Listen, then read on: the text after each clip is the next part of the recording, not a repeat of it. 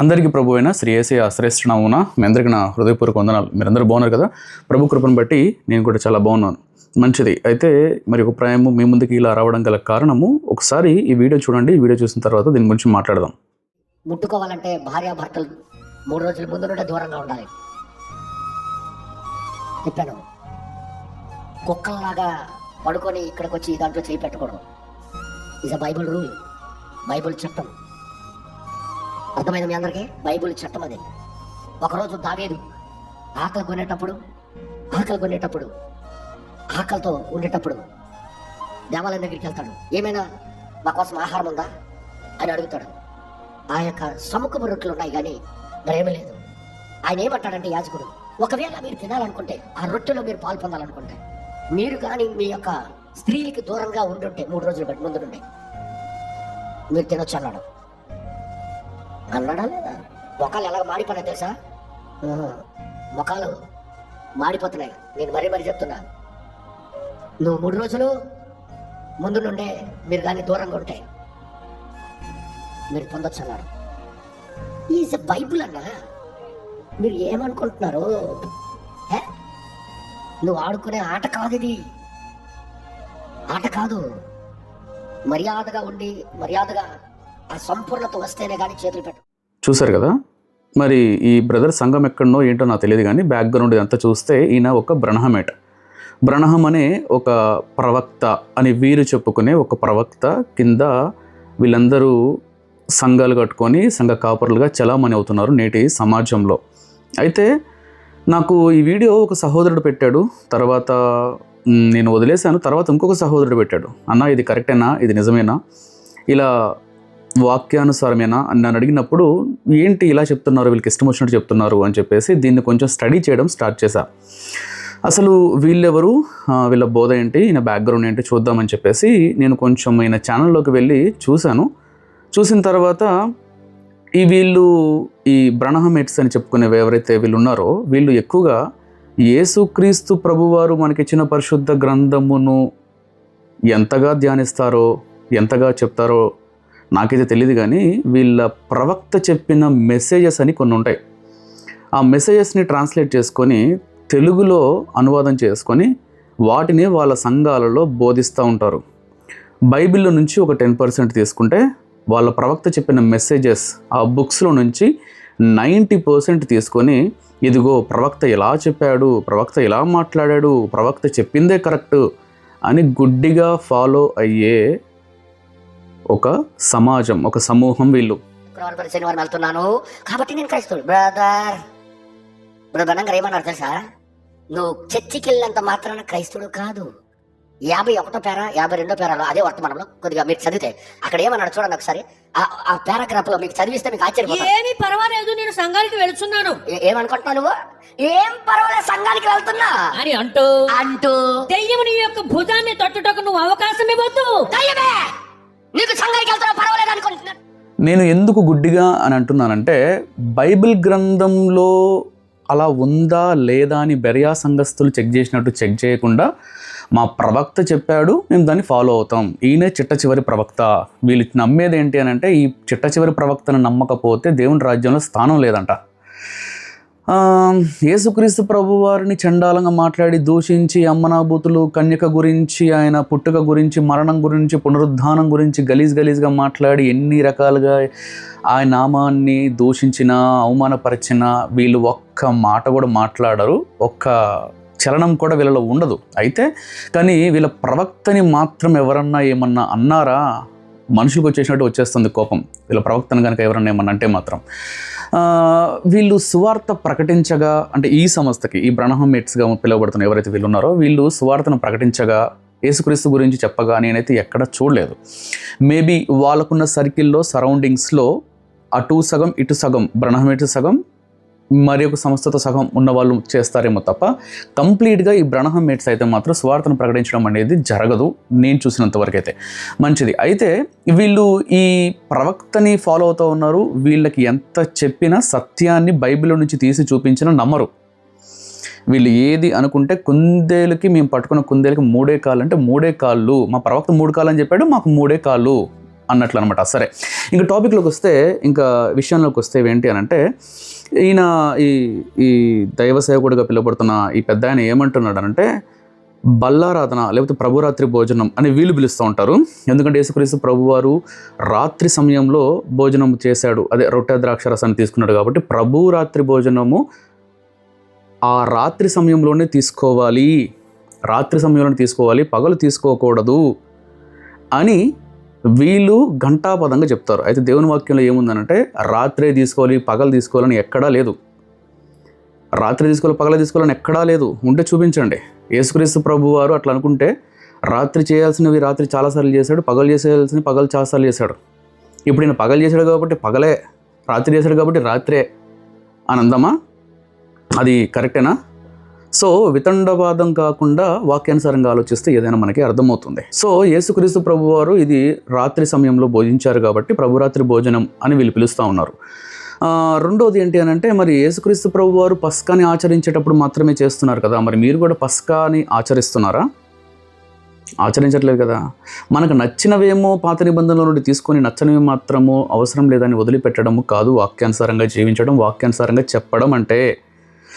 అయితే ఈయన చెప్తూ ఏమన్నాడనంటే, ఈ ప్రభురాత్రి భోజనం కావచ్చు, లేకపోతే రొట్టె ద్రాక్షారసం తీసుకోవచ్చు. అయితే ఒక్కొక్క సంఘంలో ఒక్కొక్క ఆనవాయితీ ఉంటుంది. ఒకళ్ళు వీక్లీ వైజ్ తీసుకుంటారు, ఒకళ్ళు మంత్లీ వైజ్ తీసుకుంటారు, ఒకళ్ళు సంవత్సరానికి ఒకసారి తీసుకుంటారు. నన్ను అడిగితే ఏది బెస్ట్ అని అంటే వీక్లీ వన్స్ తీసుకోవడం బెస్ట్. దానికి కూడా నేను వివరణ ఇస్తా, ఎందుకు వీక్లీ వన్స్ తీసుకోవడం బెస్ట్ అనే దాని గురించి వివరణ ఇస్తా. మంచిది. అయితే ఇది తీసుకునే సమయంలోనంట భార్యాభర్తలు కలవకూడదంట. భార్యాభర్తలు కలవకూడదు, 3 రోజులు ముందు నుంచే కలవకూడదు. ఎన్ని రోజులు? 3 రోజులు ముందు నుంచే కలవకూడదని ఈ అయ్యగారు చెప్తున్నారు. దేన్ని బేస్ చేసుకొని చెప్తున్నారు నాయనా అని అంటే, పాత నిబంధనలో 1 సమూయేలు గ్రంథము 21వ అధ్యాయంలో ఏమని ఉంటుందంటే, దావీదు మహారాజు సౌలు చేతుల నుండి తప్పించుకొని పారిపోతూ నోబు అనే ఒక యాజకుల ఊరికి వస్తాడు.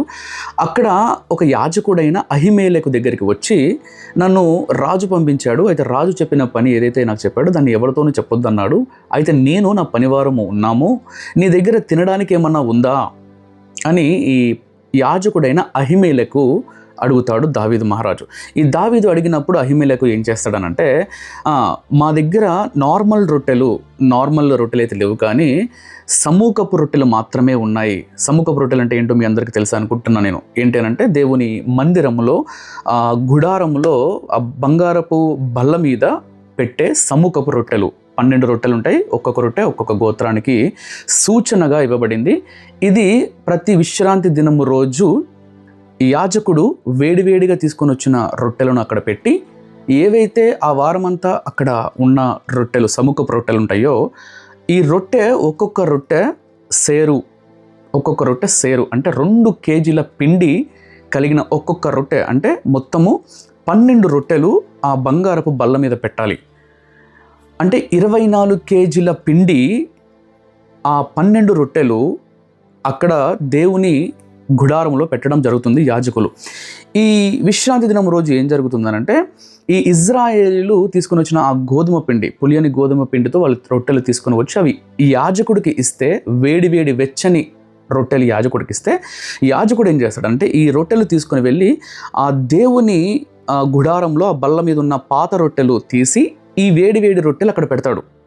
ఒక్కొక్క గోత్రానికి ఒక్కొక్క రొట్టెగా 6 రొట్టెలు, 12 రొట్టెలు అక్కడ పెడతాడు. ఈ అహిమేలెకు యాజకుడు ఏం చేస్తాడనంటే, అక్కడ ఒక కండిషన్ పెడతాడు. ఏంటి ఆ కండిషన్ అంటే, మీరు స్త్రీలని ముట్టుకోకపోయి ఉండుంటే ఈ రొట్టెలు మీరు తినవచ్చు, మీరు స్త్రీలను ముట్టుకొనకపోయి ఉంటే మీరు ఈ రొట్టెలు తినవచ్చు అని అహిమేలెకు చెప్తాడు. ఎవరికి? దావీదుకి చెప్తాడు. చెప్పినప్పుడు ఏం జరుగుతుంది అనంటే, అసలు ఎందుకు స్త్రీలను ముట్టుకోకూడదు అన్న పాయింట్ దగ్గరికి నేను వస్తాను. ఓకేనా? ఆ పాయింట్ దగ్గర నేను వస్తాను. ఎందుకనంటే, ఇది కేవలము యాజకులు మాత్రమే తినాలి. ఈ రొట్టెలు అంటే తీసివేయబడిన రొట్టెలు, పెట్టిన వెచ్చని రొట్టెలు పెట్టారు, తీసివేయబడిన రొట్టెలు కేవలము యాజకులు మాత్రమే తినాలి. దీనినే యేసుక్రీస్తు ప్రభువారు మత్తయి సువార్త 12లో, మార్కులో, లూకాలో కూడా దీన్ని ప్రస్తావించడం చూస్తాం మనం. మీ పితరుడైన దావీదు యాజకులు మాత్రమే తినవలసిన రొట్టెలను ఎలా భుజించాడు అని ఏ సందర్భంలో యేసు ప్రభువారు ఆయన శిష్యులు ఒక పంట పొలం గుండా వెళ్తూ ఉన్నప్పుడు వాళ్ళు వెన్నులు త్రుంచి తింటారు. ఈ వెన్నులు త్రుంచి తినడము ఒక దొంగతనంగా ఆపాదించబడలేదు. ఎందుకంటే ద్వితీయోపదేశ కాండంలో ఎవరైనా నీ పొలము గుండా వెళ్తూ ఉన్నప్పుడు వారికి ఆకలి వేసినప్పుడు వారికి కడుపు నిండా వారు తినొచ్చు, కానీ అవి తీసుకొని వారి పాత్రలో వేసుకోకూడదు అని అంటే పార్సల్ చేసుకొని తీసుకుని వెళ్ళకూడదు. అది వారి కష్టార్జితం. ఎవరైనా ఒకరు నీ ద్రాక్ష తోటల నుంచి వెళ్తూ ఉన్నప్పుడు వారు తినవచ్చు, వాళ్ళకి కావాల్సిన తినొచ్చు, కానీ వాటిని తెంపి సంచుల్లో వేసుకొని వెళ్ళకూడదు, ఎందుకంటే అది వారి కష్టార్జితం అని ద్వితీయోపదేశ కాండంలో స్పష్టమైన నియమ నిబంధనలు ఉన్నాయి. సో కాబట్టి అది దొంగతనం కిందకి రాదు. కానీ ఏమని ఈ శాస్త్రులు పరిచయాలు యేసుక్రీస్తు ప్రభు వారి మీద నెపము మోపుతున్నారంటే, ఈరోజు విశ్రాంతి దినము కదా, సో ఈ విశ్రాంతి దినము రోజు నీ శిష్యులు ఎందుకు వ్రెన్నులు తెంచుతున్నారు అంటే, తెంపడము ఒక పని, తినడం ఒక పని. అంటే ఎందుకు విశ్రాంతి దినమును పరిశుద్ధంగా ఆచరించాలని మరి దేవుని వాక్యంలోనే ఉంది కదా అని అంటే, ఎస్, విశ్రాంతి దినమును పరిశుద్ధంగా ఆచరించాలని దేవుని వాక్యంలో ఉంది. అయితే దానికి ఈ శాస్త్రులు పరిచయాలు ఏం చేస్తారనంటే, అడిషనల్గా మనుష్యులుగా వీళ్ళు చాలా నియమించారు. ఎలా ఉండకూడదు, కూర్చోకూడదు, నిలబడకూడదు, లేవకూడదు, ఇది చేయకూడదు, అది చేయకూడదు అని. సో దీనన్నిటికీ భిన్నంగా యేసుక్రీస్తు ప్రభు వారు ఏమన్నారంటే, ఆయన యేసుక్రీస్తు ప్రభు వారు చేసిన ఏ అద్భుతాన్నైనా మీరు చూడండి, గమనించండి. యేసుక్రీస్తు ప్రభు వారు ఎక్కువగా విశ్రాంతి దినము రోజు అద్భుతాలు చేశాడు. దెయ్యాన్ని వెళ్ళగొట్టడం కావచ్చు, ఒక స్త్రీ, ఒక ఆవిడ ఇట్లా భారభరితమైన ఒక పెద్ద గడ్డతో ఉన్నప్పుడు దాన్ని స్వస్థపరచడం కావచ్చు, చాలా. ఈవెన్ ఆ కోనేటి దగ్గర 38 సంవత్సరాల నుంచి ఉన్న తనని స్వస్థపరచడం కావచ్చు, చాలా రకమైనవి విశ్రాంతి దినం రోజు చేశాడు యేసుక్రీస్తు ప్రభు వారు. చేస్తూ ఏమని చెప్పాడంటే, నీ గేదె గురించి, నీ మేక గురించి ఇవన్నీ చెప్తాడు. సో ఇవన్నీ తెలుసు. I'm not going to out of topic. అయితే ఏం జరిగింది, విశ్రాంతి దినం రోజు ఎక్కువ చేస్తూ ఉన్నాడు. ఈ విశ్రాంతి దినం రోజు చేస్తూ ఉన్నప్పుడు అందుకే యేసుక్రీస్తు ప్రభు వారు ఏమంటారు, నేను విశ్రాంతి దినమునకు ప్రభువునై ఉన్నాను అని చెప్తాడు. మనుష్య కుమారుడు విశ్రాంతి దినమునకు ప్రభువై ఉన్నాడు అని చెప్పేసి చెప్తాడు. రైట్. దీన్ని యేసుక్రీస్తు ప్రభు వారు కూడా నూతన నిబంధనలో మత్తయి, మార్క్, లూకాలో కూడా ప్రస్తావించడం జరిగింది కదా. అయితే ఇప్పుడు ఏమైంది, ఈ అహిమెలెకు యాజకుడు ఎప్పుడైతే చెప్తాడో దావీదుకి, మీరు స్త్రీని ముట్టని వారై ఉంటే తీసివేయబడిన రొట్టెలు ఉన్నాయి, అవి మీరు తీసుకోవచ్చు. దావీదు ఏమడుగుతాడు, ఒక 5 రొట్టెలు ఉన్నా ఇవ్వండి, ఇంకేమైనా ఉన్నా కానీ నాకు ఇవ్వండి అని అహిమెలెకు యాజకుడిని అడుగుతాడు దావీదు మహారాజు. ఆ తర్వాత ఏం జరిగిందంటే, మీరు స్త్రీని ముట్టకపోతే మీరు ఇవ్వచ్చు అన్నాడు. ఎందుకు స్త్రీని ముట్టకూడదు అని అంటే, పాత నిబంధనలో నిర్గమ కాండలో మనం చూస్తే ఏమవుతుందంటే, దేవుడు మోషేను, అహరోన్ను, హూరు ఎవరో తెలుసా మీకు? హూరు ఎవరో మీకు తెలిస్తే కామెంట్ సెక్షన్లో మీరు కామెంట్ చేయండి. హూరు ఎవరనంటే, ఈ ముగ్గురు కలిసి వీళ్ళతో పాటు కొంతమంది ఇజ్రాయెల్లో పెద్దల్ని తీసుకొని, మీరు నా పరిశుద్ధ పర్వతానికి రావాలి, అయితే ఈ పరిశుద్ధ పర్వతానికి రావడానికంటే ముందు మీరు ఎలా ఉండాలంటే మంచిగా ఉండాలి, అన్క్లీన్గా ఉండకూడదు, అపవిత్రంగా ఉండకూడదు, పరిశుద్ధంగా పవిత్రంగా ఉండాలి. అపవిత్రత అంటే పాపము కాదు, అపవిత్రత అంటే అన్క్లీన్, శుభ్రము లేకుండా అని అర్థం.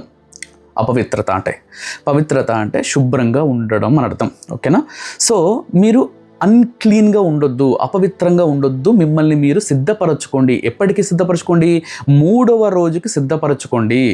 3వ రోజుకి సిద్ధపరచుకోండి. అప్పుడు దేవుడి దగ్గరికి మనం వెళ్తున్నాం కాబట్టి ఎవరు అపవిత్రంగా ఉండడానికి వీలు లేదు, ఎవరు అన్క్లీన్గా ఉండడానికి వీలు లేదు. కాబట్టి మిమ్మల్ని మీరు అపవిత్రపరచుకోవద్దని మోషే ద్వారా దేవుడు నియమ నిబంధనలు పెడతాడు. ఆ చెప్తున్న క్రమంలో ఎవరును స్త్రీలను ముట్టుకోకూడదు అని చెప్తాడు. ఎందుకు అసలు స్త్రీలను ముట్టుకోకూడదు అని అంటే, మనము లేవీకాండము 15వ అధ్యాయానికి వెళ్తే, లేవీకాండం 15వ అధ్యాయంలోకి వెళ్తే అక్కడ స్త్రీ గురించి, పురుషుడు గురించి దేవుడు స్పష్టంగా రాయించాడు. మొదట పురుషుడు గురించి ఉంటుంది, తర్వాత స్త్రీ గురించి ఉంటుంది, మధ్యలో భార్యాభర్తల గురించి ఉంటుంది. మొదట పురుషుడు గురించి ఉంటుంది, తర్వాత స్త్రీ గురించి, మధ్యలో భార్యాభర్తల గురించి ఉంటుంది. పురుషుడు గురించి చూస్తే స్రావంలా కనిపిస్తుంది. స్త్రీ దగ్గర చూస్తేనేమో తన నెలసరి గురించి ఉంటుంది. మధ్యలో భార్యాభర్తల గురించి ఉంటుంది. ఏమని ఉంటుందనంటే, భార్యాభర్తలు కలిసినప్పుడు వారు సాయంత్రము దాకా అపవిత్రులుగా ఉంటారు. కాబట్టి సాయంత్రం అయిన తర్వాత వాళ్ళు స్నానం చేసుకొని తర్వాత మరలా వారు సమాజంలోనికి రావచ్చు అన్నట్లు లేవికాండము 15వ అధ్యాయంలో స్పష్టంగా ఉంటుంది. అయితే ఈ లేవికాండం 15వ అధ్యాయంలో స్త్రీ గురించి పురుషుడు గురించి మనం చూసాం, భార్యాభర్తల గురించి కూడా ఉంటుంది కదా. అయితే పురుషుడైనా సరే స్త్రీ అయినా సరే, పురుషుడు తన బలహీనతలను బట్టి, తన అనారోగ్య పరిస్థితులను బట్టి ఆ స్రావం అనేది ఎప్పుడైతే తన బట్టలలో పడుతుందో, లేకపోతే స్త్రీ అయినా సరే ఎప్పుడైతే ఆ నెలసరి ఆ క్రమంలో తన వస్త్రాలలో అది పడుతుందో అప్పుడు ఏమవుతుందంటే వాళ్ళు అపవిత్రులుగా అయిపోతారు, అన్క్లీన్ అయిపోతారు. వాళ్ళు సమాజంలో ఉండడానికి వీలు లేదు. ఎందుకు లేదు అని అంటే వాళ్ళు ఆరాధిస్తున్నది పరిశుద్ధ పవిత్ర దేవుడు. ఈ 3వ రోజుకి సిద్ధంగా ఉండండి అని చెప్పిన దేవుడు వీళ్ళందరూ కలిసి ఆ పరిశుద్ధ పర్వతం దగ్గరికి వెళ్ళాలి అని అంటే వీళ్ళు శుభ్రంగా ఉంచుకోవాలి. అన్క్లీన్గా ఉంటే దేవుడు అది సహించడు. ఎందుకంటే ఆయన పరిశుద్ధుడు, పవిత్రుడు. కాబట్టి ఈ అన్క్లీన్, ఈ అపవిత్రతతో మనం వెళ్ళి ఆయనను ముట్టుకుంటే, లేకపోతే ఆయన పర్వతం ఎక్కితే మాడి మసిబుగ్గు అయిపోతారా, నాశనం అయిపోతారు, చనిపోతారు అనే ఒక ఇన్స్ట్రక్షన్స్తో కూడినవి మోషే ద్వారా దేవుడు ఆ ఇజ్రాయెల్ ప్రజలకు ఇప్పించాడు. వాళ్ళు కూర్చున్న చోటు వెళ్ళి మనం కూర్చోకూడదు, వాళ్ళని తాకకూడదు, వాళ్ళ బట్టలు ముట్టుకోకూడదు. ఇన్ని రిస్ట్రిక్షన్స్ ఎందుకు? ఒకవేళ వాళ్ళ బట్టలు ముట్టుకున్నా, వాళ్ళ కూర్చున్న ప్రదేశంలో మనము కూర్చున్నా, వాళ్ళని మనం తాకినా మనం కూడా అన్క్లీన్ అయిపోతాం, మనం కూడా అపవిత్రం అయిపోతాం అన్న ఇంటెన్షన్లో దేవుడు మోషే ద్వారా ఇజ్రాయెల్ ప్రజలకి అది ఒక నియమాలుగా వాళ్ళకి అందిస్తాడు. ఎందుకంటే ఈయన పరిశుద్ధుడు, ఈయన పవిత్రుడు. కాబట్టి ఒకవేళ ఈ ఇన్స్ట్రక్షన్స్ ఇచ్చిన తర్వాత కూడా వస్తే వాళ్ళు నాశనం అయిపోతారు, చనిపోతారు. ఇప్పుడు దీన్ని పట్టుకొని కొంతమంది హైందవులు కావచ్చు, లేకపోతే మతోన్మతులు కావచ్చు, చూసావా ఆ దేవుడి దగ్గరికి వెళ్తేనే చంపేస్తాడంట, ఆయన దగ్గరికి వెళ్తేనే. అరే బాబు, దీని అర్థం అది కాదు. ఫర్ ఎగ్జాంపుల్ చెప్తాను. ఇక్కడ ఇది హై వోల్టేజు, అపాయము, దీన్ని ముట్టుకోవద్దు, ఇది హై వోల్టేజ్, ఇది అపాయము, దీన్ని ముట్టుకోవద్దని ఒక ఇన్స్ట్రక్షన్స్తో కూడి ఒక బోర్డు పెట్టిన తర్వాత కూడా ఒక మహాజ్ఞాని లాంటి వాడు వెళ్ళి దాన్ని ముట్టుకుంటే ఏమవుతుంది? గిలగిల కాకిలాగా మాడి మసిబొగ్గు అయిపోతాడు. మనం రైల్వే ట్రాక్స్ మీద కానీ లేకపోతే రైల్వే స్టేషన్లో కానీ చూస్తాం అపాయము, డేంజర్, ఇది చాలా హై వోల్టేజ్, దీన్ని ముట్టుకోవద్దు అని. ఆ ఏడిచాడు ఇలాంటి చాలా చూసామని చెప్పేసి దాన్ని వెళ్ళి ముట్టుకుంటే ఏమవుతుంది? దాన్ని పట్టుకొని షాక్ లాగా డ్యాన్స్ చేస్తాం, అంటే పోతాం.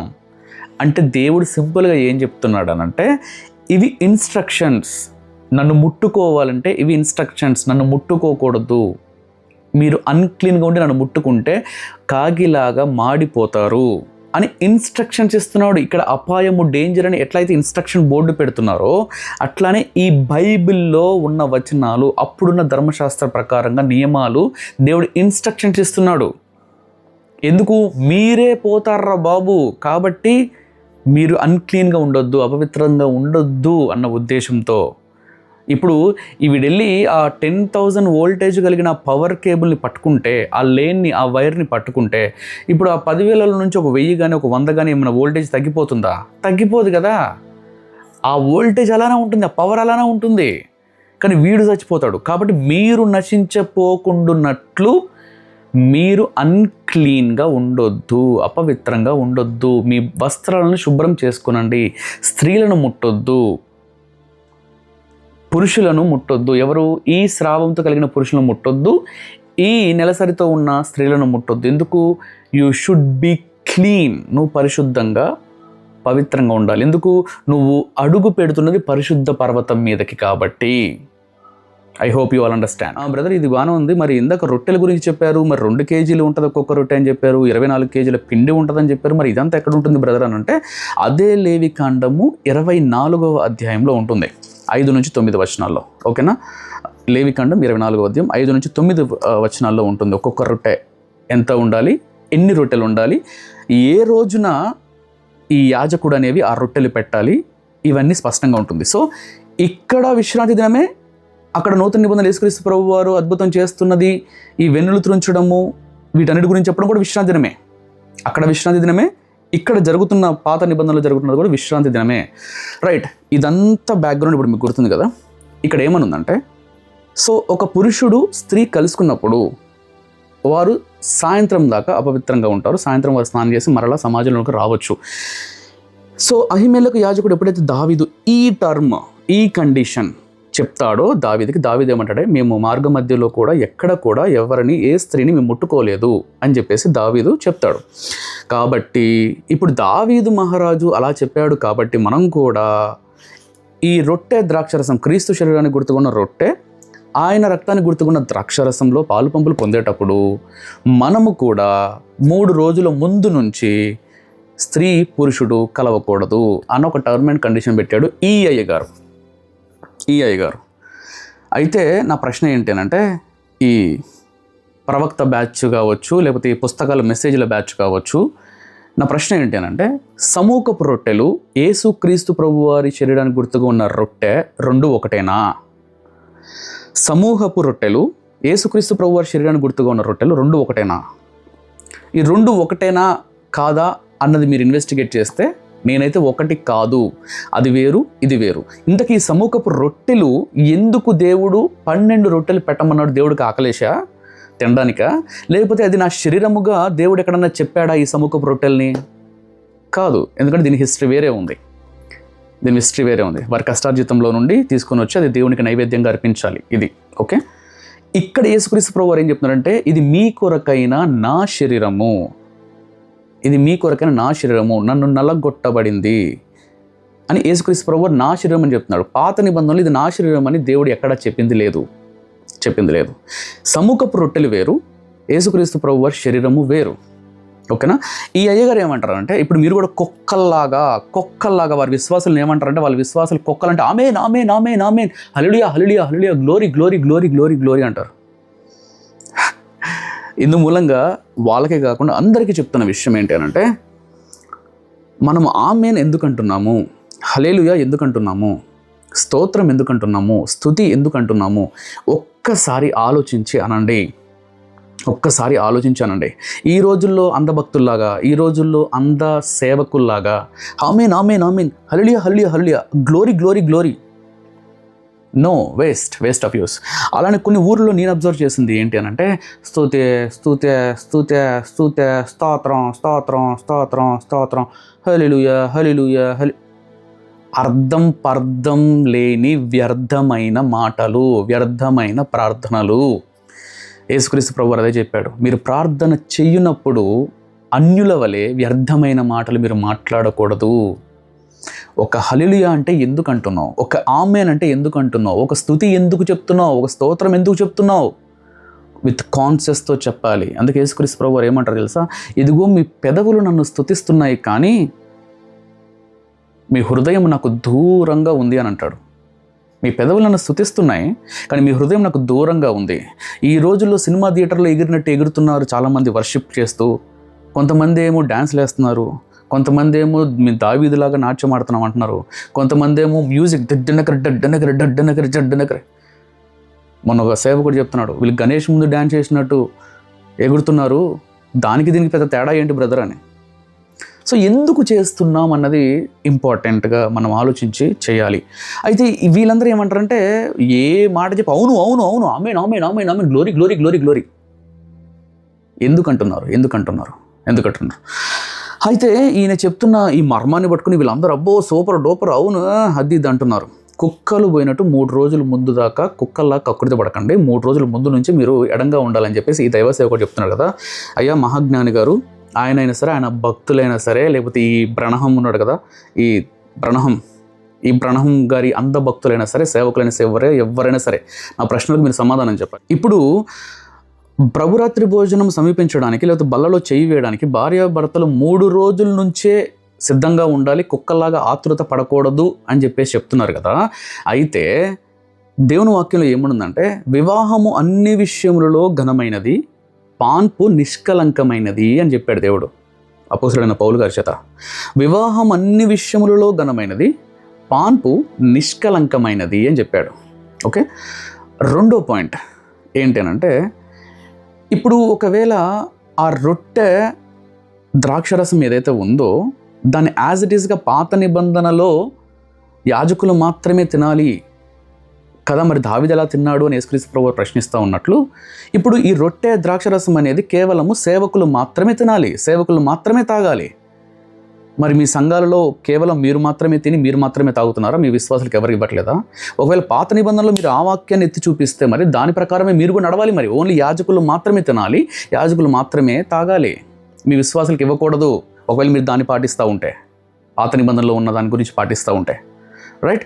ఇంక మూడో ప్రశ్న వచ్చేసరికి ఏంటి అని అంటే, యేసుక్రీస్తు ప్రభువారే పౌలు గారి చేత పాన్పు నిష్కలంకం అంటే మీరు ఎలా దాన్ని మలినం, లేకపోతే అదొక అపవిత్రమైనది, లేకపోతే అదొక పాడు పద్ధతి, అదొకటి చండాలమైన దానిలాగా మీరెందుకు చిత్రీకరిస్తున్నారు దాన్ని? ఇంకొక పాయింట్, ఆది అపోస్తులంట వాళ్ళు ప్రతిదినము తర్కించుచు బోధించుచు ఇంటింట రొట్టె విరుచుచు అందరికి సువార్తను ప్రకటించారు కదా, మరి మీ లెక్క ప్రకారం ఈ వాక్యం తప్పని ఒప్పుకుంటారా? ఇప్పుడు నేను చెప్పాను కదా, వివాహం అనే విషయంలో ఘనమైనది, పాన్పు నిష్కలంకమైనది, యాజకులు మాత్రమే తినాలి కదా, ఆ లెక్క ప్రకారం మీరు మాత్రమే తింటారా? మీ విశ్వాసులకు ఇవ్వరా? మూడో ప్రశ్న ఏంటి అని అంటే, వారు ప్రతిదినము ఇంటింట రొట్టె విరుచుచు అని ఉంది. మరి వాళ్ళు ప్రతిదినం ఇంటింట రొట్టె విరుచుస్తూ అంటే వీళ్ళందరూ 3 రోజుల నుంచి ముందే సిద్ధపడి ఉన్నారా? సిద్ధపడలేరా? ఈ ఇచ్చే అపోస్తలులు, అమ్మా మీరు 3 రోజుల నుంచి కలిసి ఉన్నారా, కలవలేదా? కలిస్తే మేము ఇవ్వలేము అని రొట్టె ఇవ్వకుండా వెళ్ళిపోయారా? ప్రతిదినము ఇంటింట రొట్టె విరుచుచు అని ఉంది కదా. మీరేమో 3 రోజుల ముందు నుంచి సిద్ధపడి ఉండాలి అని అంటున్నారు కదా. మరి ఆది అపోస్తలులు ఎలా చేసి ఉంటారు? వాళ్ళకి ఏమైనా జ్ఞానం లేదంటారా? నా మాటలు మీ అందరికీ అర్థమైంది నేను అనుకుంటున్నాను. సో దేవుడు పరిశుద్ధపరిచిన దాన్ని మనుషుడు ఎలా అపవిత్రపరచగలడు? మనుషుడు ఎలా అశుద్ధము చేయగలడు? మరి ఆజ్ఞ కానిది మీరు ఆజ్ఞలాగా ఎలా ఇస్తున్నారు? ఎలానే ఉండాలి, 3 రోజుల ముందు నుంచి ఎలా ఉండాలి, నిలకడగా ఉండాలి, కట్టడగా ఉండాలి, అలా ఉండాలి, ఎలా ఉండాలి అని ఎలా చెప్తున్నారు? మన ఆది సంఘంలో శాస్త్రులు, పరిచయులు, శాస్త్రోపదేశకుల్లాగా మీరు కూడా లేనిపోని మనుషులు సృష్టించిన ఆచారాలను తీసుకొచ్చి సంఘం మీద, విశ్వాసుల మీద రుద్దకండి. నేను అడిగిన ప్రశ్నలకి ఎవరైనా సమాధానం చెప్పగలిగితే ఐఎమ్ వెరీ హ్యాపీ. మీ అందరికీ నేను చెప్పే సమాధానం ఏంటంటే, దేవుడు పరిశుద్ధపరిచిన దాన్ని, పవిత్రపరిచిన దాన్ని, నిష్కలంకంగా చేసిన దాన్ని మనుష్యుడు అపవిత్రము, అశుద్ధము చెయ్యలేడు. ఒకవేళ తప్పే అనుకుంటే దేవుడు ఒక ఆజ్ఞగా ఇచ్చేవాడు దాన్ని, ఒక ఆజ్ఞగా. దేవుడు ఎక్కడా దాన్ని ఆజ్ఞగా ఇవ్వలేదు. ఇన్ఫ్యాక్ట్ అన్ని విషయాలలో ఘనమైందన్నాడు, నిష్కలంకమైంది అని చెప్పాడు. ఓకేనా? I hope you all understand. మీ అందరికీ అర్థమైంది అని అనుకుంటున్నాను. సో కాబట్టి పాత నిబంధనలో ఉన్నదాన్ని కొత్త నిబంధనతో ముడిపెట్టి రెండిటిని కలిపి చెరపొద్దు. అక్కడ ఉన్నది సముఖపు రొట్టెలు, ఇక్కడ ఉన్నది క్రీస్తు అంటే దేవుని శరీరము గుర్తు, దేవుని శరీరానికి గుర్తు. అది వేరు, ఇది వేరు, రెండింటిని కంబైన్డ్గా మిక్స్ చేయొద్దు. I hope you all understand. ప్రభుత్వం అయితే మరొక వీడియోతో కలుసుకుందాం. దేవుడు మిమ్మల్ని దీవించును గాక. అందరికీ వందనాలు.